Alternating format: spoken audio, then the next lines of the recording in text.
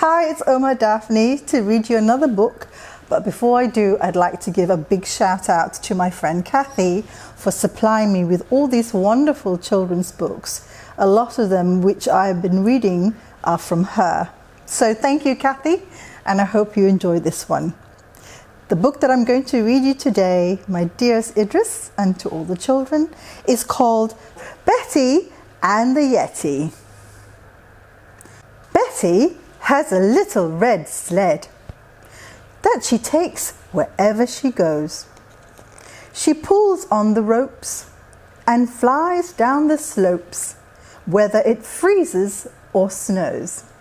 Betty finds things in the snow when she goes out to play. She puts them gently on her sled and then goes on her way. One day she found a pair of gloves and put them on her sled, and a jingly-jangly fluffy hat which she wore upon her head.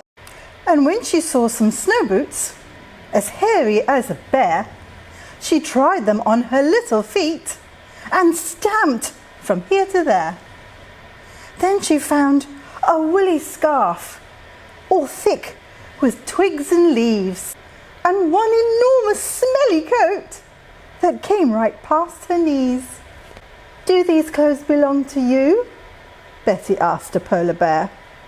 "No," he said, and shook his head. "I don't need clothes to wear. I've got thick fur to keep me warm. I do not mean to gloat. But I've no need for hats or scarves. I never wear a coat." "Do these clothes belong to you?" Betty asked a big blue whale. "No," Whale said, and shook her head and splashed her great big tail. "I've got blubber to keep me warm, a special kind of fat, though I do like the bells on that jingly-jangly hat." "Do these clothes belong to you?" Betty asked an Arctic hare. "No," he said, and shook his head. "Ask that rock over there." "What a strange thing," thought Betty, peering at the rock. "But I've asked a hare and a polar bear, so I can't see. Why not?" "Hello, rock," said Betty. The rock didn't reply. "Hello, rock," said Betty. The rock was very shy, but finally there came a voice that said to little Betty, "I'm really not a rock at all. I'm actually a Yeti!" "A Yeti?" squealed Betty, and she tried to run away. "But please don't go," the Yeti cried. "I'd love it if you'd stay." Yetis in the wild, you see, are rather shy and small. We have to wear a lot of clothes to keep us warm at all. My clothes are big and hairy. They give folks such a shock that I threw them all away and hid behind the rock.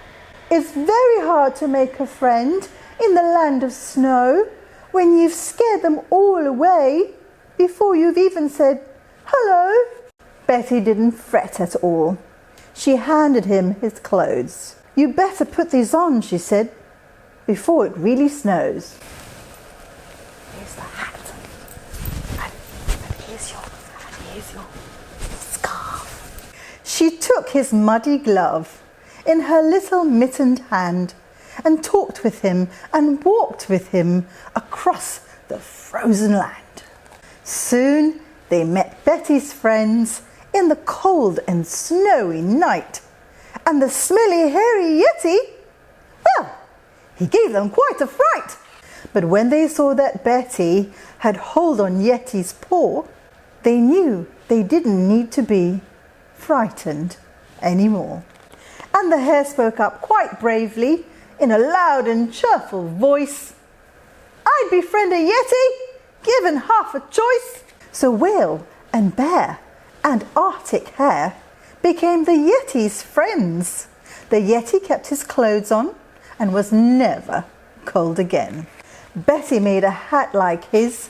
She wore it every day, and when she went out on her sled, she jingled all the way. You won't often see a Yeti in the land of ice and snow because unless they've met you once or twice, they're still quite shy, you know. Betty, XO. The end. What a fun book that was. Do you believe in Yetis? Well, I hope you had as much fun as I did reading it to you. If you could do me a big favor and hit the subscribe button, I would really appreciate it. Until the next book, ta-da!